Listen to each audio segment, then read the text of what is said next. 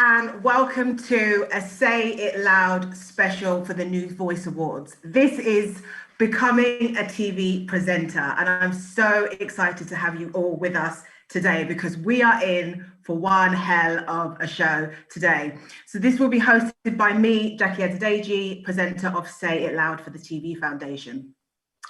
Just so you know, the network and the ones to watch, our talent schemes are now open for applications, and there'll be a description in the box. And if you're really interested in finding out who the New Voice Award winners are, like we all are, it will be revealed on Tuesday, the 16th of March via the TV Foundation Twitter. So make sure you check the Twitter, because then we will find out who has won. And also don't forget that we have a How to Be a TV Writer panel tomorrow, on Thursday, 11th of March at 12 p.m. So make sure you come down and see us tomorrow. So now that's out of the way, welcome to Becoming a TV Presenter. Presenters get asked all the time, how do I become a TV presenter? But actually, the real question that I really want to get to today is, how do you keep your foot in the door? How do we stay there? You got the opportunity, how do you move through the industry? Because we see presenters come and go a lot. So how do you stay there? And today we will be joined by four fantastic presenters. One of them being Will Njobvu, presenter of The Masked Singer Unmasked for ITV2 and presenter on Capital Extra. Sabrina Grant, presenter of Super Shoppers, Channel 4, BBC Sunday Morning Live, and also Ayshah Tull, who's also a reporter for Channel 4 News, and the incredible Jaydee Dyer, who is a presenter for The Heat Check, Sky Sports, the Play On podcast, and has also worked with Universal and FIFA. So I'm buzzed to have these presenters today. And a massive thank you to ITN for continuing to support us for this award.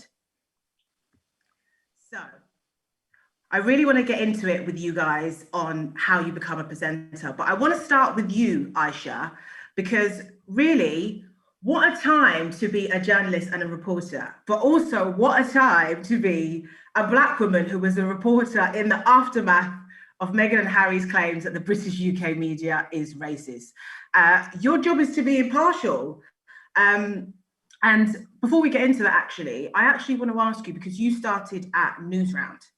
So you went from your audience being 12 to 16-year-olds to now being 16 to 34s at Channel 4 News. How did you make that transition from Newsround to Channel 4 News?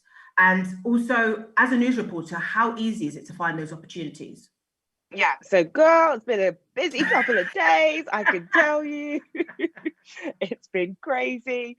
Ever since I saw this story rumbling last week, and obviously I've been following the story, I was saying to my bosses, I really want to cover this, let me do it. But just on how I moved over from Newsround to Channel 4. So I've always been, I would always say I'm a journalist first and a presenter second. So I started in journalism, I'm not going to say how long ago because I'm way too old, but I started at 5 Live and had loads of different experiences in loads of different places. And so when I went to Newsround, I was actually a journalist first, and then got this amazing opportunity at Newsround and stayed there for 5 years, some of the best years of my career. I've loved it. And then I realised that I wanted to move somewhere else. I realised that Newsround isn't going to be my forever home, because I am in my 30s, and I thought, you know what, it's time to move on and time for a new challenge as well, because I did some amazing things there. And so I actually had a little bit of a bridging gap. I went over to BBC World for a little bit, to what I call grown-up news. And so I went over to Grown Up News for a little bit at BBC World, and then was kind of looking for different opportunities. Saw one at Channel 4 News. Actually, really funny, I went for a spot at Channel 4 News and actually didn't get it at first. And then my boss, Emily, who I love to pieces, remembered me in the interview and was like, you were brilliant. And so when there was another spot that came up, I got it. And now I'm here. And that's amazing. Amazing. Was the first presenter that you loved on Newsround Liza Mazimba, because he was like the guy? He was the guy. I have to say, I love Ellie Crisell. She was my newsround presenter when I was growing up. But I do love Lizzo. And when I was at the Brit Awards red carpet, and I remember for the first time I stood across from him and he was doing BBC Entertainment and I was doing news rounds, and he was like, "Oh, new kid on the block, all right." And from that moment on, I knew we'd be friends. So he is awesome, and all of the newsround alumni are just fantastic people, and it's just amazing to think that I went through that whole process. I just can't believe it, really. And actually, I guess it's a proper skill as well, like to be able to know how to be appealing to children and also to adults, because I imagine that's a difficult thing to master. It is. In the way we tell the news. Oh, absolutely. I think one of the things that I come away with, and even in the stories that I've done, I've not just done the royals, but last week I was doing a story in Scotland about Nicola Sturgeon and Alex Salmon. The week before that I was doing COVID. But it's all about communicating and communicating well and communicating clearly. I always think in the back of my mind, my best friend Mari, who runs an antique store in Crystal Palace, and she won't have switched on the news and been looking at Twitter for all the little updates like the geeky news person that I am. So I'm like, how would she come at it? Like, what would she want me to tell her? And usually she WhatsApps me going, "What's this story about?" And then I tell her, and that actually helps me when I'm scripting or when I'm talking about things, and that helps me out a lot. Wow, fantastic. Well, thank you, Ayshah. I'm going to move on to Will. When I think about Will, I just want to be like, who's that behind the mask? So Will, you started off in news like Ayshah. You were a guest booker for Channel 5 News. You worked on the red carpet for Getty. You also hosted Channel 5 News' Facebook Live. Then you went on to be a co-host for Jeremy Vine, and then a presenter for Capital Extra. And then now you're the presenter of The Unmasked Singer. I mean, you met Mel B, for goodness sake. I mean, you've got the best job in the world. I loved meeting Mel B. Can I just say, I love the Spice Girls, so that was a huge moment for me. But no, you're correct. My career started off at ITN, actually. My first ever job in TV was working with Channel 5 News as a freelance. The job is called an assistant news editor, but yes, I was a guest booker, mainly working as a guest booker on Claudia Liza Amar's 6:30 program. So booking guests, finding stories, pitching stories. I worked across the news desk sometimes on planning. And I really enjoyed that. I really loved that role because it just shaped me as a person. It helped me realize what I like, what I don't like, but it also helped me become a good journalist as well. So while I was at Channel 5, I was freelancing there. Even though I was a freelancer, I was there like nearly every single day.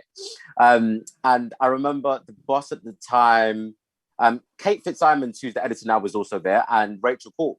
And I remember speaking to them saying, "Hey, I really want to do like some Facebook Lives," because I noticed that someone else started doing them. I thought, I'd love to get involved too if I could like interview celebrities or, but like when they come in. So I started booking celebrities to come on the evening news program. And then, I then always asked to interview them as well. So that helped me build up my show reel. And while I was at ITN, I then connected with ITN Productions because they have an entertainment team there actually. And my passion, I am entertainment through and through. It's in my blood. So I've always known that I've wanted to do entertainment. So I connected with the ITN Productions entertainment team, and there was an opening for a freelance presenter to cover the FYI Daily ITV2 bulletins. So I started doing that, presenting the 1 minute news on ITV2 on the weekends. So that's again scripting, editing, presenting. And I also got sent out on the red carpet, whether it was ITN sending me or whether it was Getty sending me or whether it's 5 News would send me sometimes for online. And I just loved that entertainment space really. And then I started doing a little bit of freelance work for BBC Africa as a relief presenter. So whenever they have a children's show called What's New. So whenever Ben, the main presenter, wasn't there, I would stand in for him and I'd co-host, and that was a really good experience as well. And then I started screen testing to cover Storm Huntley on the Jeremy Vine show, which was a great opportunity. I loved doing that. Again, that experience taught me so much. It was live TV, live on Channel 5. I was learning every single time I did it. I think I did so many shows as a cover presenter, but I really, really enjoyed it. And again, like now I'm on Capital Extra, and I think it did get to a stage where I was like, right, I really want to get into this whole entertainment space. How do I maneuver? And my agent, Johnny, helps me do that. And here we are. And The Masked Singer Unmasked was such a fabulous experience. Words can't describe, the glitz and the glamour of that show. I was overwhelmed. And, it's just such a fabulous production. And I mean, you've done so much in the past few years. I imagine the transitions moving from Channel 5 News to Jeremy Vine to FY Daily wasn't always smooth. Am I correct? How was? No, it wasn't always smooth. And I'm happy you asked that, Jackie. That's a very good question. Like the way I tell my story, it's like, right, so I went from this to this. What I haven't spoken about is the hard bits in between of getting rejections and people saying, oh, your voice isn't ready, or oh, you look awkward on camera, or all of these different things. Like, again, I didn't really have a show reel for a while as well. Like I was like to myself, well, I'm pretty sure I can do this because I know I can do it, but I had nothing to really show. So it was just like building my show reel, building the experience. I also did work of like online channels that no one really knows about, just to build that experience. And like FYI Daily, the ITV2 bulletin, I wanted to do that for a very long time. But at the times I wanted to do it, I wasn't ready at the beginning. So I had to kind of go away. When I first met the boss of that show, I was like, oh, I want to do it. And they were like, oh, you haven't really got enough experience. I had to go away, do my work, do all the red carpet stuff, carry on doing the 5 News Facebook Lives, build that up until they could see that, all right, he's ready now. Now he can do it. So yeah, there was a lot of, I like FYI Daily, you have to edit it. So I had to learn how to edit on Avid. Like that is not my strength, but I had to do it. I don't know how you do Avid. I can't be doing yeah, of course. Yeah, I know that's Avid, guys, honestly. But I learned how to do that. So yeah, I'm sure like every single person in this chat has got a story. Like I'm sure we're all going to tell our stories like, right, we did this. But in between, there are always those bits of struggle. But yeah, I'm always down to share that because boy, it didn't happen. It didn't happen overnight. I tell you that for free. So yeah. Right. Thank you, Will. Thank you so much. And yeah, I can't wait to get into more about what you've accomplished. Sabrina, I'm going to move on to you because you are everywhere. I turn on the TV, there you are. Hello. So you're killing it. I mean, queen of daytime TV right now. What I would say is exactly what, Will and Ayshah were saying. You, as part of your journey, there's so much work that goes in behind the scenes until you actually make it, you start booking some of those dream roles that you'd hoped for. So there's a lot of seed planting. Fortunately for me, all the seeds just shot up at the same time. I was like, wow, okay. But that's what it is, having, making lots of small opportunities for yourself, working, behind the scenes, like, Will was saying, for channels that you may not have heard of, but constantly all the time, building up your skill set. Even in lockdown, I was able to do a lot of stuff. I was able to practice things like auto cue, thank goodness, because I booked my first ever live show. I downloaded an app on my phone, and I was just like, let me just practice doing auto cue, because a lot of stuff went online, like us now. And I was asked to host a few little online things, and they were sending me these big scripts, and I was like, oh, how can I remember this and make this sound natural? And so I started practicing. But I've been in the industry quite a long time now. My journey was slightly different. I started behind the scenes. I started as a production runner.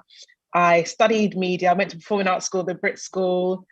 Woo! There are any Brit School students on. And I think I've known, luckily enough, always known what I've wanted to do for such a long time. So I think every tiny piece of my puzzle, as random as it might seem, they all join together and they all make sense to me. And actually, Ayshah, I actually screen tested for News Round the same year that you did.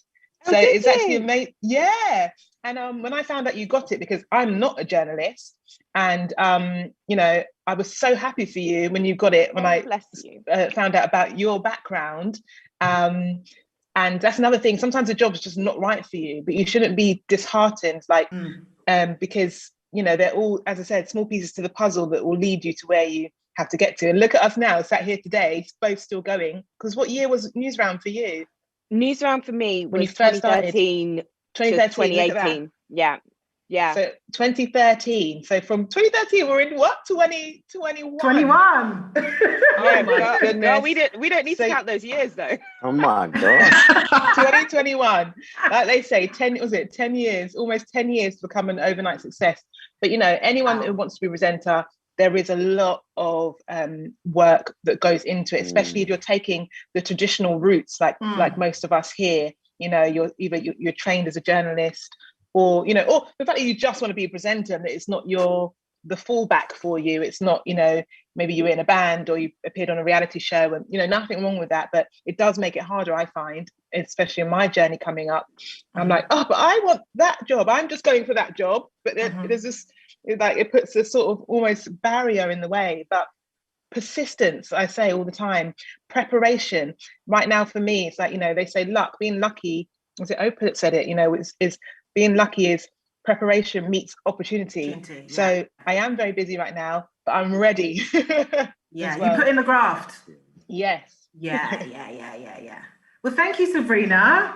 But Thank also, you. Sabrina, I wanted to ask you because, correct me if I'm wrong, but you obviously worked on Super Shoppers with Anna Richardson. And is it true that she chose you to be her co-host? Yeah. So as I was, I read a lot of stories of people who started behind the scenes, and but I'd also studied media studies for school for my A levels or whatever it is, can't remember now, and I thought, you know, working behind the scenes was a great way to kind of get a big understanding of the media industry. So I worked as a production runner, as a researcher, then I went into wardrobe styling. So I got to work very closely with presenters. Such great opportunity. And honestly, that sort of training, you just need to be in there and learn. And I'm such a practical learner as well. So I was working behind the scenes, doing wardrobe styling, working with lots of presenters, and I got to work with Anna. And she, you know, as well as doing that job, I think for a while I just stayed quiet. I just wanted to learn what TV was about. But then when I felt ready, when it got to a stage where I put my show reel together, I'd made loads of contacts to be able to say, hi, I'm sending my show reel to your agent. Do you mind letting them know, or do you mind if I CC you in and stuff like that? I was doing wardrobe styling on the side, and then I started doing screen testing for roles and stuff like that, and started in children's TV. So, you know, when I felt confident enough that I'd earned my place sort of working behind the scenes in TV, I then let people know, well, actually, you know, my end goal is to be there. And so Anna knew I was doing presenting on the side, and we got on really well. And I think when you're co-hosting with someone, they're always like, their chemistry.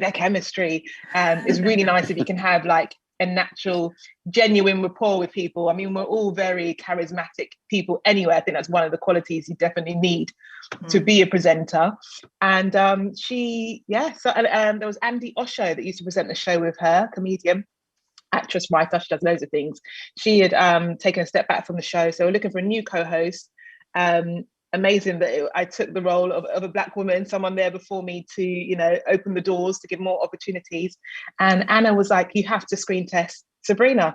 I think she's great. She's a presenter. We get on really well.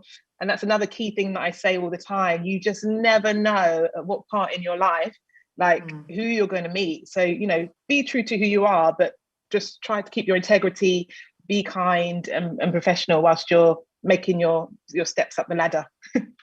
Wow. It's not every day you get Anna Richardson to give you the cosign, do you? I know.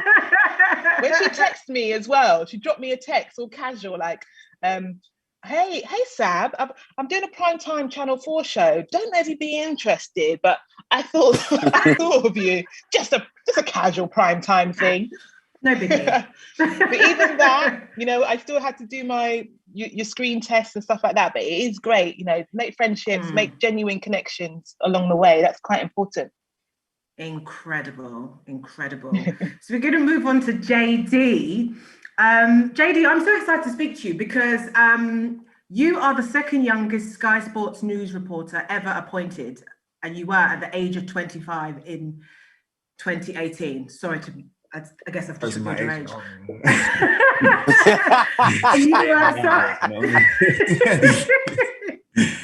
And you were the first ever Black sports reporter on Soccer AM. And you're working for the biggest sports brands, Sky Sports, NBA. You're a sports presenter all over the world. You're a big deal, Jaydee.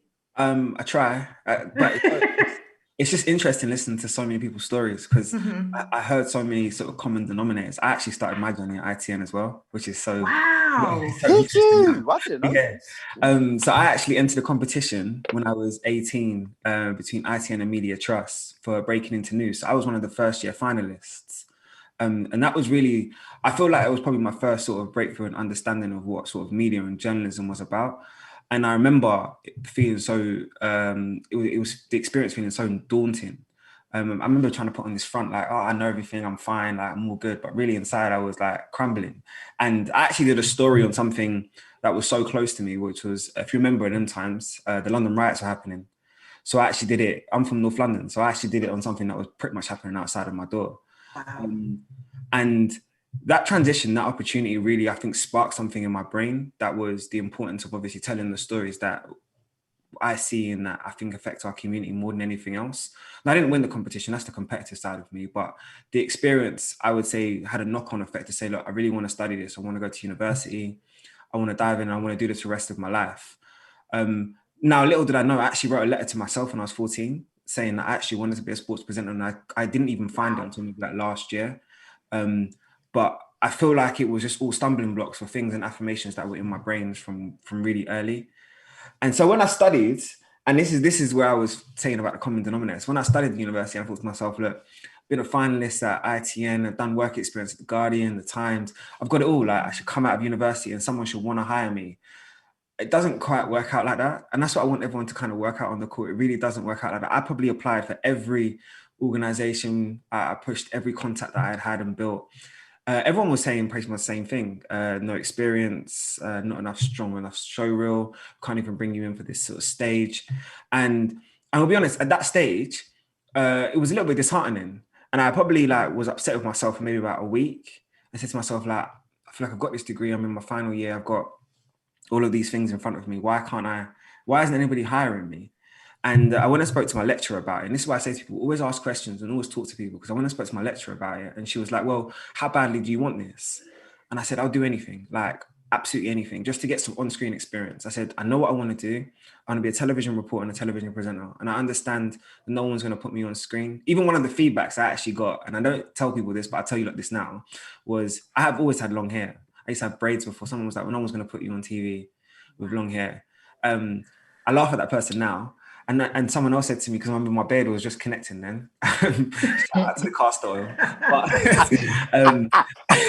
I said to me, look, you're not going to get on screen with a beard either. So it's just not going to work. You'll probably have to change so much of your look.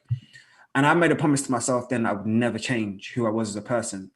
And so when I said that to my lecturer was like, okay, well, again, how bad did you want it? And I said, I'll do anything. And she was like, look, I know one organization that's looking for a young reporter, but it's nowhere near here. And I was thinking to myself, oh, maybe it's in Manchester, or maybe it's in Cardiff, maybe it's in Scotland. It was actually in Arizona, in the US. So I actually had to move halfway across, but just for an opportunity for a screen test. And I say to mum, I big up my mum whenever I can, because she came with me for the weekend. Imagine that you tell your mum, oh yeah, let's go to Arizona for the weekend. So from a Thursday to a Sunday, I had the screen test on a Thursday. They let me know on the Friday that they were interested. And my mum stayed with me for that a couple of days, helped me find an apartment, and then she went home. And I think about it now, that's quite crazy to do, but I think about how supportive my family has been sort of in this journey.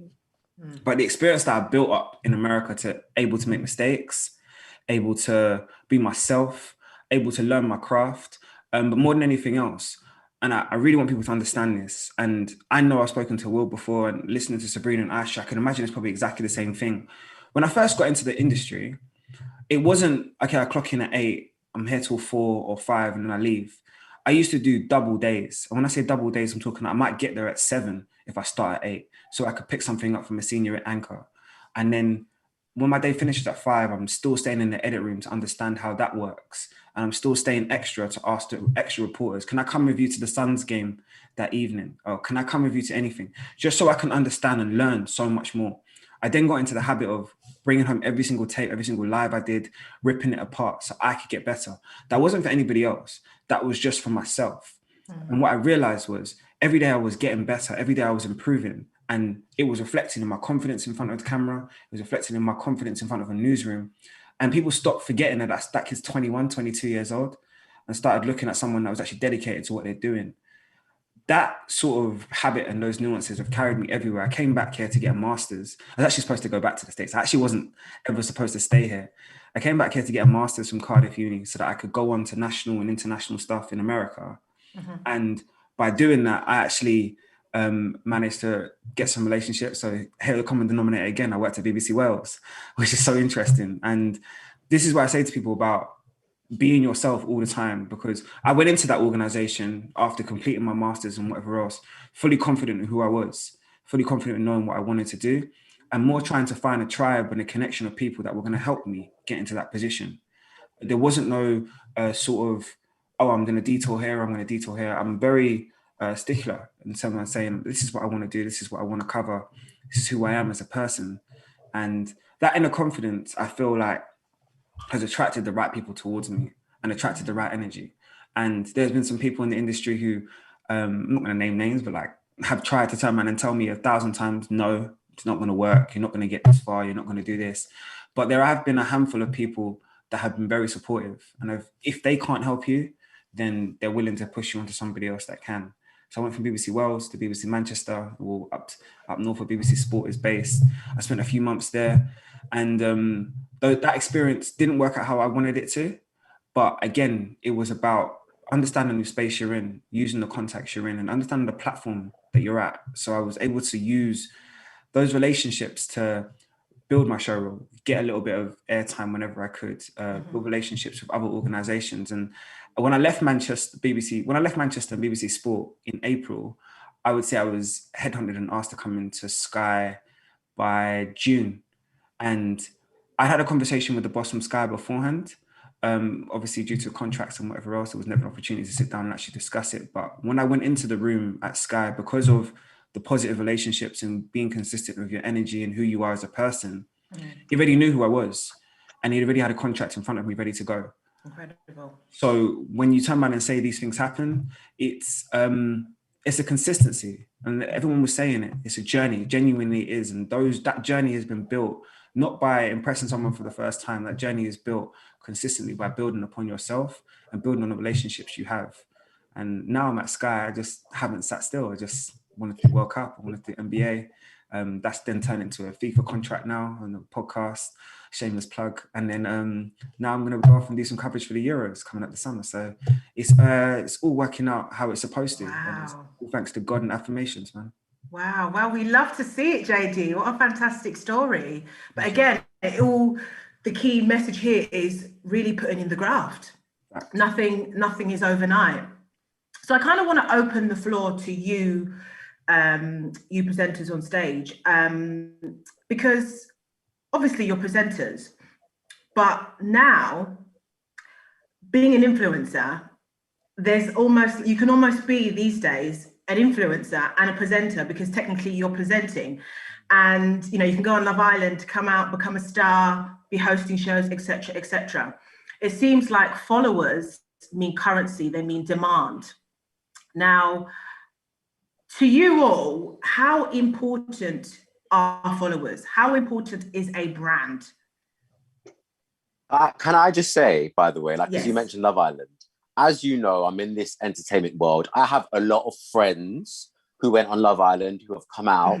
And I just want to say, and I think they now understand that just because you're an influencer, it doesn't mean you know how to present. It doesn't mean you know. It doesn't mean you are a good broadcaster. It doesn't mean you are a good communicator. And I have heard from several Love Islanders who have tried to go for TV jobs and haven't got it. So like, I don't want anyone watching to feel like, oh, I need to go on Love Island to be the next TV presenter or whatever. I'm telling you, like, that's not what it means. I think there's being an influencer and having followers and, posting pictures. And then there's, working to become a really good broadcaster. I think those are two separate things. That's my opinion. I also think, oh, no, go on, JD. Ladies first. I also think that, no, I agree with you, Will. I think that I saw when I was at Newsround, you have a lot of influencers who would come in to do the kind of shiny floor productions. And those are some long days. Those are, 7 a.m, sometimes till 7 p.m. You are feigning enthusiasm for something you don't even care about. And because you're a children's telly presenter, you have to be so enthusiastic and so happy. And when you're an influencer and you're doing stuff that's your own stuff, your own things, beauty or makeup or whatever, that's your own things, you're in your comfort zone. If you're doing something else, you're not in your comfort zone. And so you can see that sometimes there was a bit of a struggle. And it's really similar to what JD was saying, which is the hard work. I still to this day will look at reports that have gone out, and I did a live yesterday and I was like, that bit could have been better. That line could have been better. I could have said that in a different way. I should have done this. I should have done that. I watch every single thing that goes out, even though at the beginning I hated that. But my director at Newsround said, you've got to look and you've got to see how you come across on screen, because you'll never learn. And these are tips that influencers definitely can learn. Having a brand and having loads of followers is brilliant, but you've also got to do the extra work as well that it takes to be a presenter and a broadcaster and learn the trade that you're in. All I was gonna add was, because the two panelists, I think I really touched on it really well. But all I would add is, I think there's a difference between having followers and having a following, and I think people need to really understand the difference between that. Like, I would never turn around and say anyone that follows me is a follower. I feel like they genuinely I have a following of people that are into either who I am, what I do, or who I'm having conversations with. And I think that is a complete difference. And I'm like, Will, I'm quite in a difficult boat now, because I'm actually, beforehand, I didn't have any friends that were in Love Island. Now, obviously, the more you're in television, you find yourself with a lot more friends. I actually have one of the shows that I present with, Ovi's on my show, like, is a weekly co-host, like, and then one of my good friends now is Just Denzel.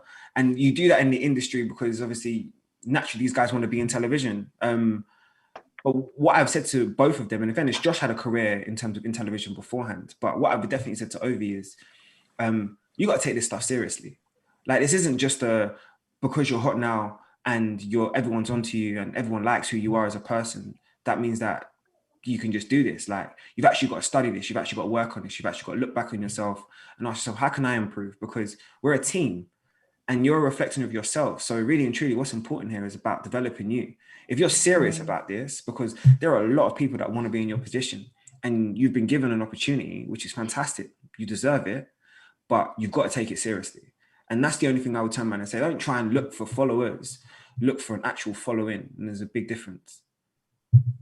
I would just add as well. Really good point. So I just add as well, Sabrina. Jackie, that's okay. Definitely agree with all of you guys. But just wanted to add something about, because I've been using my social media in a different way this year. I think it is worth thinking, because we are all freelancers, most of us self-employed. I think you can, what I've certainly started doing is using my Instagram in a way, because in the end, it's your CV, kind of, if you want to use it in that way. So you can, if you are a presenter and you want to think about a brand, so to speak, it's just about the way in which you use your social media. Make sure that it's, people that are genuinely connecting with what you do and what your interests are. And that also, it's not just friends. When I'm posting things, it's not for my friends to see. It's, it's for people to get a deeper understanding of, the parts of myself that I want to share with you. And I think you can think about branding in that sense, your brand as a business, as a presenter. But certainly for me, I don't. I much rather have a natural, organic following rather than just having followers. Yeah. No, I agree with that, Sabrina. But do you know what? Like, I might go against what I kind of said before, but like, I do think branding is actually, as a presenter, it's quite important. But then again, it depends on what genre you're in. For example, my whole thing is entertainment. So like, when I was in I'd say maybe in uni, or even just a few years ago before I started this, I was looking at all my favorite entertainers on Instagram. I just love what are they up to? I just love the shirts they're wearing. I just love, so arguably Instagram is a good way to showcase your personality and who you are and what you're about. So I guess that's where it works for you. And like, my agent always tells me that, like, whenever I've gone in for like a screen test or whatever, these commissioners, they look at your Instagram because they're trying to get an idea of what your personality is like, really. They might not be looking, for the followers or the ratio or whatever, but they're just trying to see, who are you? Like, what's your personality like? And just like, who are you really? So Instagram, I guess, is good for branding, and it's quite important, essentially.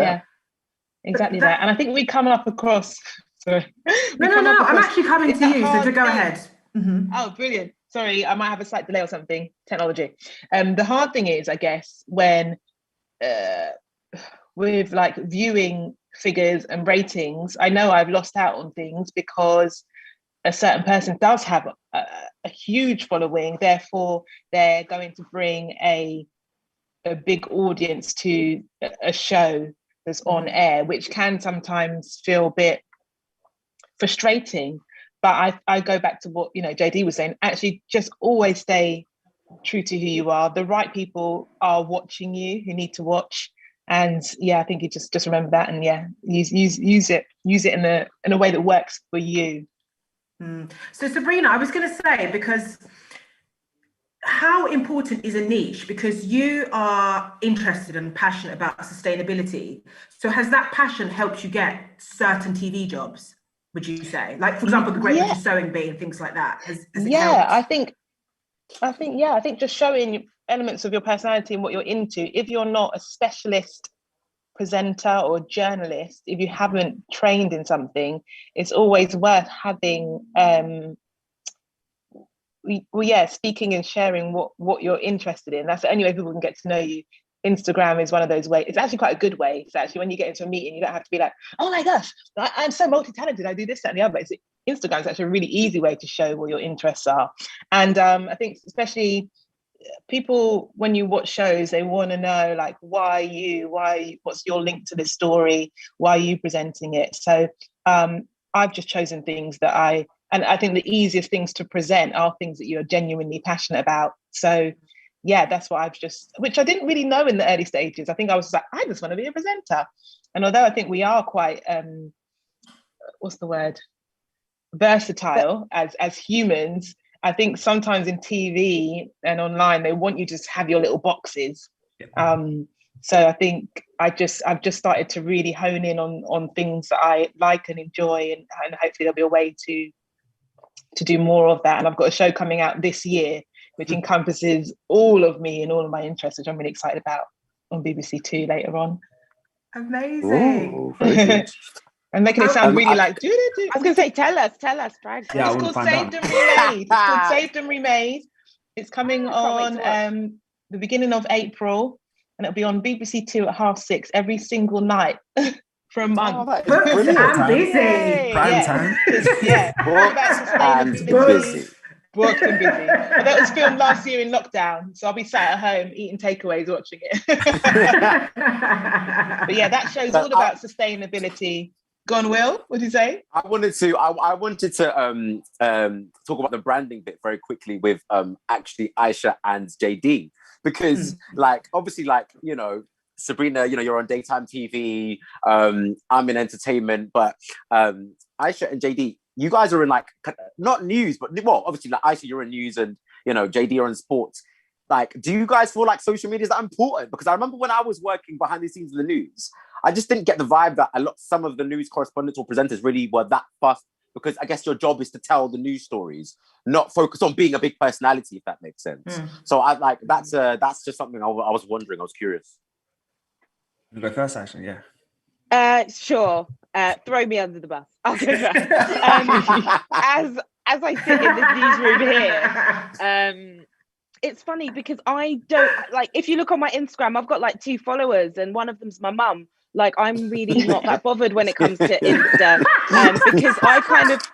And it sounds bad, and I'm listening to Sabrina picking up all those tips. Like, actually, maybe I should do that, because my Insta has always been kind of for me and my family and my friends, and I've never kind of made it outward facing. But Twitter is more business-like for me, so I have slightly more followers on there. I've got my mum and my dad, so that's and that has a bit more. But I don't think it's not in the same way personality-wise for me, because for me it's about getting information out there, and if I have a few followers that see that, then fine. But for me, it's not so much about that, and I don't want to make it about that, because a lot of the time you don't want to make the stories about you.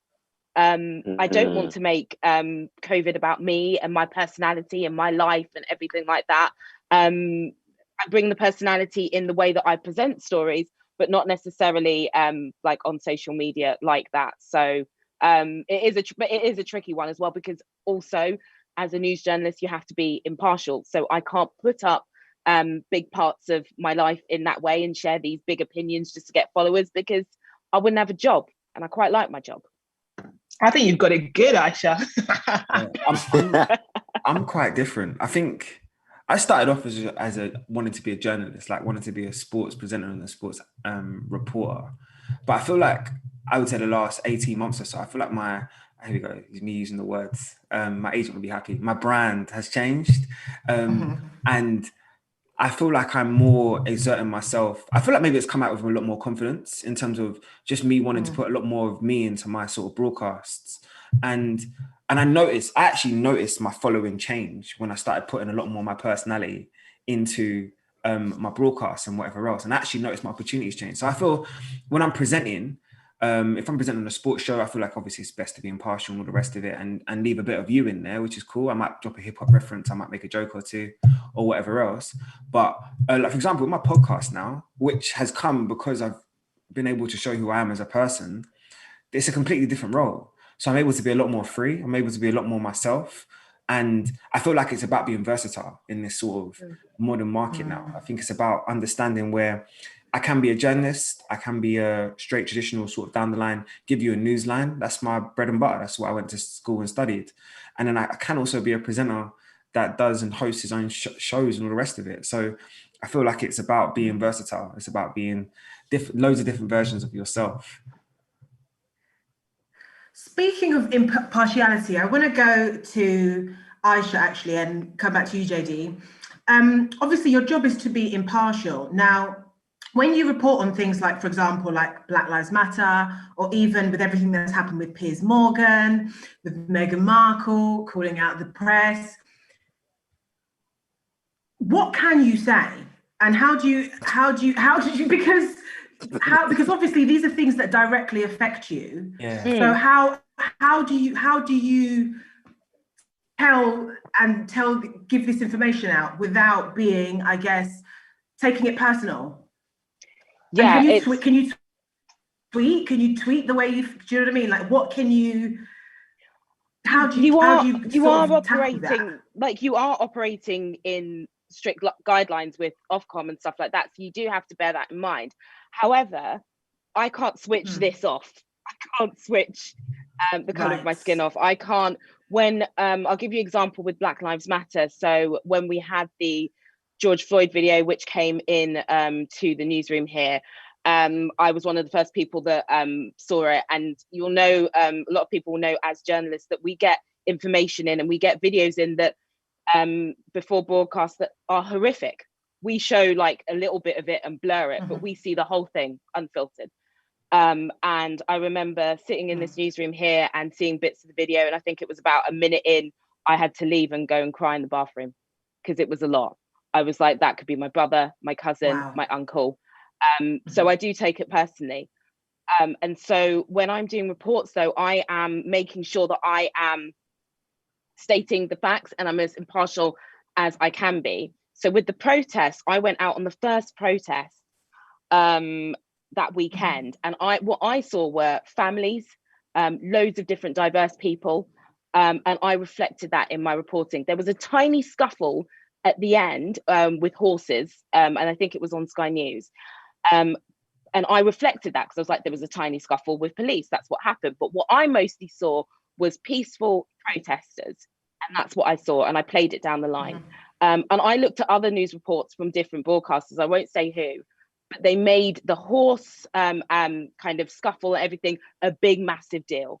And I was like, I didn't see it like that. The majority of the day wasn't like that. And I think for me, being impartial and being in this place is making sure that I am reflecting exactly what happens, because looking at news reports in the past, they haven't been. Looking at news reports in the past, it would have been saying these were rioters, these were, thugs or something like that. And I'm coming at it from a position of a Black working class girl from Perivale, which is near Ealing, for anyone that knows, but they probably don't. Yes. But that's the position that I'm coming at it from. And I want to make sure that I am reflecting it right. Do I feel like I reflected it correctly? I think upon reflection, I feel like some of the things I did, I was actually quite front street with it. I actually had a live show. It was around the time when live sport was cancelled. The George Floyd incident happened. And I had a live show that was, obviously I present an NBA show weekly, and we were forming all of the shows weekly onto Sky Sports News, which is obviously the largest platform. And how can I say this without getting myself in trouble? I was basically instructed, I'm not going to say, I don't know who was actually instructed, but I was instructed by someone quite senior not to touch on the issue because the company had not made a statement as of yet. And I remember calling my mum and saying to my mum doesn't live, she lives in the Caribbean. I remember calling my mum and being like, Mum, I think I'm about to do something that could really get me in trouble, but I have to do it because you raised me as a black boy to understand where I'm from and who I am as a person. And I'm not going to sit here and ignore an issue when I see a whole bunch of community, because bear in mind, the NBA community was very on Front Street in terms of justice for Breonna Taylor, justice for George Floyd, and justice for Trayvon Martin beforehand, and all the rest of it. And I just said to myself, there's times when you're a broadcaster where I don't need to go on the screen and absolutely bash and turn around and talk about all the things that has happened to my community, but I'm not going to ignore the atrocities that does happen as well. So I made a stance probably about 2 minutes before air that I was going to touch on it. And I did the whole live show for an hour talking about those issues. And every guest that I brought on, I made sure we spoke about those issues. And I actually came off set. I'm not going to lie to you. I thought I was going to be fired. The company actually did a complete and utter U-turn. I wouldn't say U-turn, U-turn's the wrong term, but the company did a complete and utter U-turn in terms of what I thought they were going to do, which was actually supported me. And obviously you can see now with this coverage on Sky and all the rest of it, they're very much in favor of Black Lives Matter. They're very much trying their best to make the company diverse, give new targets and all the rest of it. But remember I said to you earlier about the riots and how they were covered when I was entering a competition when I was 18. I wasn't ever going to allow myself, I actually asked myself, that 18-year-old boy that had the freedom to turn around and write whatever he felt like, I wasn't going to allow myself now, because I work for this corporation, to change who I was as a person and the things that I had seen. I'd also lived in America, and I don't know if my mom's ever known this, and I don't even know if she's on this call, but I've seen firsthand police brutality. I've had a police officer, I lived in the States, I've had a police officer grab his gun upon seeing me walking down the street. There is no bigger fear. Trayvon Martin was the first person that appealed to me as a person and turned around and said to myself, that could have been me. That could have been, George Floyd could have been my brother or my uncle. So as far as I'm concerned, as Ayshah said, I'm black first and I'm everything else second. So I was never going to turn around and ignore the things that were happening in my community, especially when it was affecting the sport that I was covering too. And also we're living in these communities, we're going home to these communities. And so you can't just switch off and say, I'm not going to cover this at all. And I think even with COVID and vaccine hesitancy, for example, loads of people have been talking about Black and ethnic minority people being hesitant and how big of a problem it is that people, and how silly people are being. Why wouldn't you want the COVID vaccine? And I said, no, hold on a minute. There's an issue here.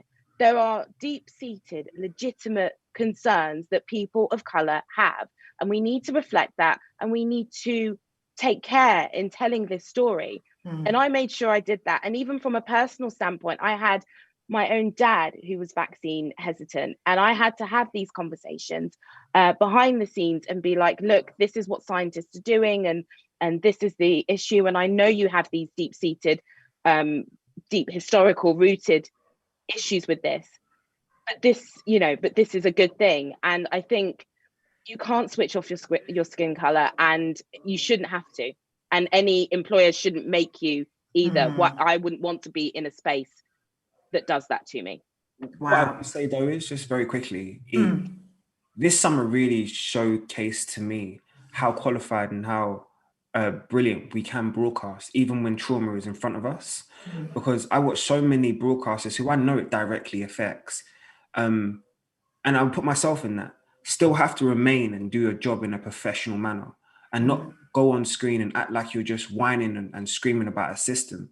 Even though inside that's what you are, you're still conducting yourself at the highest level and still conducting it with a level of emotion which is connecting with the audience and resonating with people that are watching, but you're still broadcasting at the highest level of professionalism. And that is the hardest thing to do. And that's why I will give you credit, Ayshah, because I did watch a few of your broadcasts. Fantastic, girl, by the way. Oh no, bless you. But facts are power. And facts are power. And when you are just speaking in a calm way and you're able to get your point across and do everything in that way, no one can deny you. No one. Well, clearly you're both a fantastic example of why representation is so important in newsrooms. So important. So we've got some questions. I could talk to you guys forever. I hate the time is going. So we have some questions that I'm just going to quickly. So we've got a question from Rafi Tyndale, who said, I was just wondering, what are the best things to do while in university to set myself up, get myself ahead of the crowd for a career in TV presenting, specifically sports presenting? So Jaydee, I think this has your name all over it. First of all, I just want to big up Rafi because I actually know who Rafi is. There's a lot of people that DM me and whatever else, and I actually had a conversation with Rafi right at the beginning of this pandemic. And my first advice to Rafi is continue doing the thing you're doing because you're focused, you know what you want to do, and I mean this in the most undemeaning way. You remind me a lot of myself at your age, which I hope you take as a compliment because when I was talking to you, I heard passion more than anything else. So I think what you have to be and what you will see with every single one of these panelists, we are passionate about what we do. There's not a day I don't wake up and not feel grateful for the fact of where God has positioned me and the things that I'm doing and covering. And there's not a day I don't go to bed and not thank him every day for being like, you know what, again, I might whine, I might complain, I might have had an 18, 19 hour day, but in the end of the day, I'm doing what I love. And working on that passion and manifesting that into something that's going to get you paid is the best feeling on earth. So keep working and work out what your niche is. Work out what can I do in this market that's going to separate myself. Don't try and jump in with the rest of everybody else because that's what you'll be, like everybody else. Look at the actual market, look at the actual crowd, study it, and actually work out where do I fit in, where will I feel most comfortable, and also where can I actually thrive to be the best. Right. Thank you, Jaydee. We've got a question from Charlie G. This might be good for Will and Sabrina. She says, do you have any tips on finding your personal style or brand for presenting? Sometimes I feel as though the camera switches on and I have no idea who I am. Wow, that is such a good question. I think your personal style is just who you are. Like you're try and bring yourself, literally who you are. Like, what do people say about you? Do they think you're funny? Do they love your laugh? Whatever it is about you, just try and bring that. And I think being your authentic self in front of camera takes a lot of practice. And like everyone, like Jaydee, Ayshah, Sabrina have been saying, you have to watch yourself back because, you know, you have to practice. Because when you're, let's just say, working for a smaller channel and you're on camera and you're watching and you watch yourself back and you're like, no, that's not me. You will make sure that the next time you go back in there, you'll see more of yourself. So I guess it's more practice, really. We've got a really interesting question from Katie.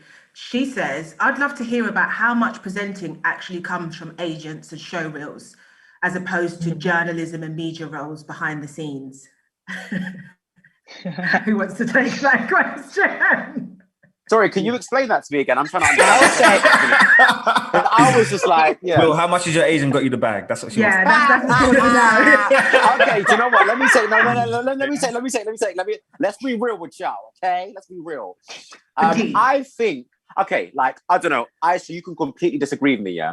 One thing I learned working in ITN is that if you are a news journalist and you want to be like a news journalist presenter, you grow within the business, you know, you work, you know, whether you're an output producer, you grow whether you go to the regions and you, like, I don't feel like you really need an agent in that world. I think you could become a really good news broadcaster without an agent. That's my opinion.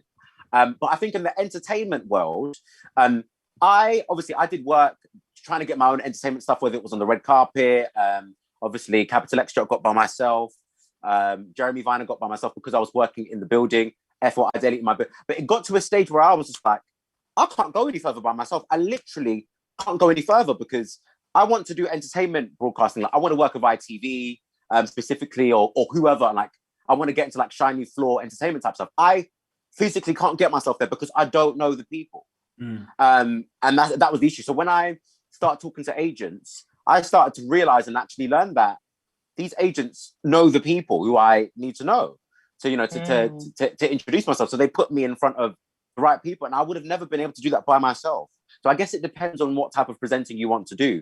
However, like I say, you know, whether it's news or Jaydee, you can disagree with me with sports. I think there might be other routes. So I don't know. I guess it depends on what type of presenting you want to do.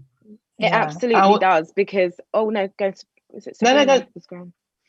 Oh, sorry. It's like the Zoom is like messing with my eyes. I was just going to say I've never had an agent, and I've got all of my jobs by myself. But that is because I work in news. I know everyone in news. I don't know everyone, but I know a lot of people in news, and I made those connections by myself. And I think in news, it's a slightly different thing. If you want to do other types of broadcasting, then yes, you are probably going to need an agent to make all those connections and all those different contacts. In news, it does feel slightly slightly different, a little bit different. Yeah. I was just going to say, to answer the question really like in blatant terms, if you are seeking an agent, it's not a case of sitting back and they'll get you the jobs. No, like Will said, they just know more people, so they can, you know, they have a bigger contact list, so they can get you in the room. But as we were all saying before, that preparation, what you're going to do when you actually get to meet the commissioners and the producers of ITV and Channel 4 and BBC, you know, my agent was able to help me set up the meetings. But when I got into the door, I was like, right, guys, I've got some amazing show ideas. This is what I want to pitch. This is what I'm about. So an agent can help with contacts, but they're not going to secure you the work. Yeah. I feel like you have to be your own agent in the beginning. I feel like And whilst you've got your agent as well. Yeah. People really don't understand the art of networking. Like that is probably the biggest tool you could have in this field. The art of actually going up to somebody, the bravery to say, it doesn't matter what position they're in or what seniority they are or whatever else, and be able to showcase yourself without over talking and also not underselling yourself. Really being confident in what you can do, what you want to bring, and who you are as a person. Like that should really be your fundamentals before you think about, cool, can I get an agent who's going to get me in this door? And even to this day, even though I have an agent, shout out to my team, I do want to shout them out. I know that I still work for myself. Like I still work in terms of looking for opportunities, networking. I had a conversation yesterday, I had a conversation yesterday, and that was through me sliding into a DM and having a conversation that I feel like would benefit me and help me in terms of things that I want to do. So you have to really push yourself. You have to be your biggest agent. And your agent is just somebody that's going to be able to understand your value, understand the market, and understand. So you have to put less work in, but understand the legwork and the initial work especially has to come from you. I never had an agent until the end of last year. And no, wait, we'll be in 21 now. No, end of 19. And yes, they have helped elevate me and take me to another level. 100% would never take that away from me. But the rest of my career up to that point, end of 2019, I was my own agent. So really, also, that agent has to see potential in you, right? They have to see that you've got that work and that drive, because quite frankly, they're going to take some money from you. And if they don't see that in you, there are plenty of people that want to be in that position. So you've got to be hungry, competitive, and know exactly where you want to go. An agent is not going to do that for you. Is not going to come up with all of that stuff for you. That's got to come from you. We shouldn't say this, but I will say this quickly. Get to the stage of where I was at, where I was almost thinking to myself, look, you're an addition of myself, not in a disrespectful manner. Obviously, I see what you can do and all the rest of it, but you're an addition of myself. So I was holding basically auditions. I was very open with all of the agents that I was talking to. I'm talking to this person, this person, this person, and this person. Whoever basically I feel like will accommodate myself and my dreams and what I want the best is who I'm going to go with. It's not, but I had to get myself to a stage of knowing what I want, first of all, and who I am, to turn around and say that I'm going to bring somebody in as part of my team. That's a big conversation. Yeah, Jaydee is correct there. You need to choose the right agent. Like my agent now, honestly, like he gets it, I get him, and we just have such a great working relationship. So yeah, it's very important that you work on choosing that right person who's going to work with you in your career, basically. 100%. So I guess you work just as hard as your agent, right? If not harder, maybe. In some... Yeah, they would say they work harder than me because I'm finding them a bit of a pain, but I like says 50-50 relationship. That's what I say. Okay, I think one thing. Oh, I'm so sorry. I think one thing that we haven't touched on. One thing that I think we haven't touched on at all is the relationship that you have with other people. So a lot of us worked in production before and as researchers, and it's going back to how you stay in this job. You are nice and professional to everyone, because you can get your foot in the door. But if you are rude, if you are late, if you are disrespectful, if you don't do your job properly and you are mean, that is going to come back on you like a ton of bricks. And you know, I'm not saying that you can't have a bad day and like maybe say a swear word. Not like I've ever said a swear word because I work for Newsround. But you absolutely have to have that in your mind when you are climbing the ladder and when you are speaking to people. That is one of the key things and the most important things, I think, when it comes to being on screen. I agree. I just give it what my nan always says. My nan always says, if you have nothing nice to say, don't say nothing at all. And sometimes it's biting your tongue and walking away, even if you feel like you're completely in the right, just understanding the longevity of someone could say something to somebody that could kill you, a relationship for you later on down the line that you need. And it's not worth it. It's never worth it. It's never worth it. Yeah, I just wanted to echo that. And look, just because you're the presenter, like, to whoever, like, don't think you're the hot stuff. Remember, like, be nice to people. Don't be rude to the runner. Don't think you're the hot stuff, you know? Like, just be nice to everyone. Like, talk to everyone like they're equal. Talk to the runner, ask them how they're doing. Just be nice to people. Be a people's person, you know? Be a co-presenter one day, so you just never know. Yeah, that's one of the main things. I'd love to co-present with all of you. I'd be so excited.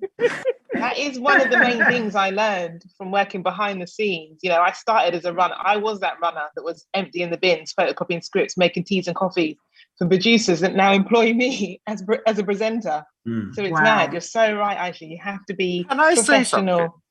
Yeah. Sorry, carry on, Sabrina. Carry on. No, go on. You've just triggered something. Say it, Will. Say it. No, because you've just spoken about how you are a runner. Literally, nearly every single person in this chat has spoken about how we've worked behind the scenes.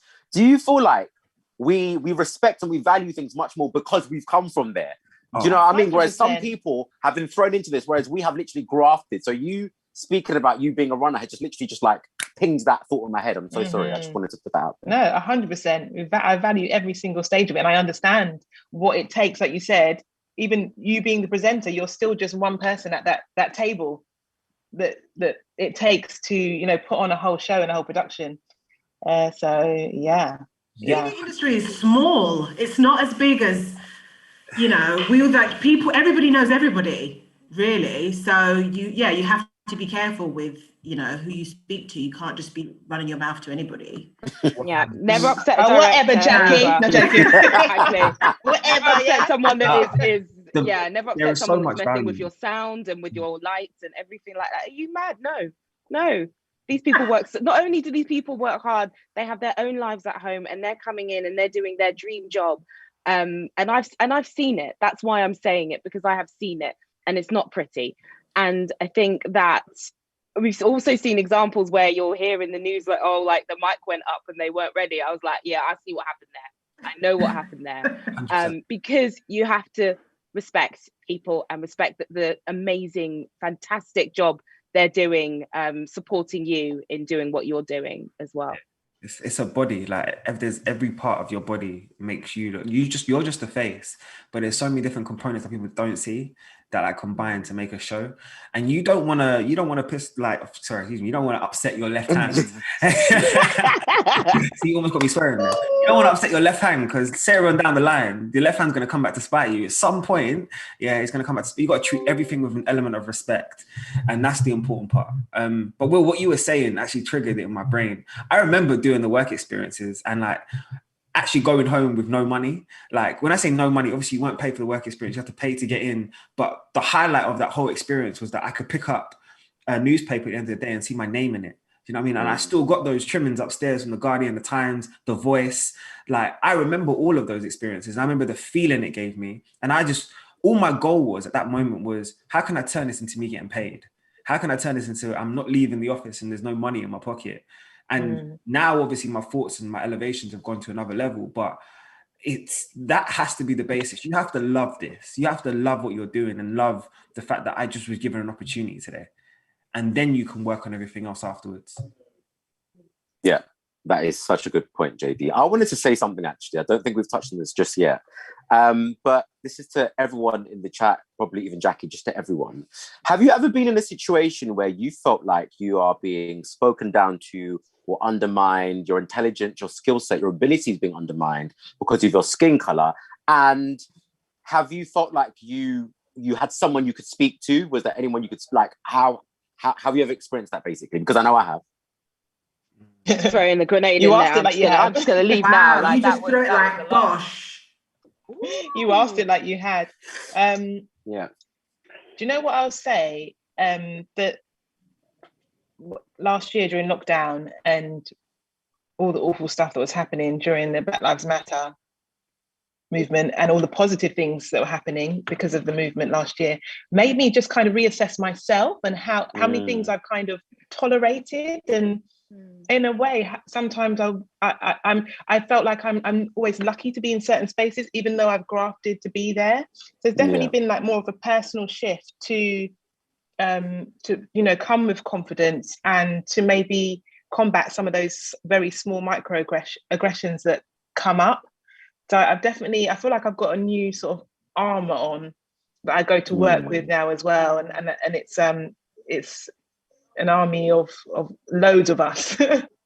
Yeah, and I agree that. I mean, I feel like as presenters, I feel like there's no one for us to really talk to, because for the production team maybe, but no one really for us. And I've, you know, done various things and like been in situations where, you know, there have been microaggressions, but I've not wanted to complain because I don't want to come across as a diva.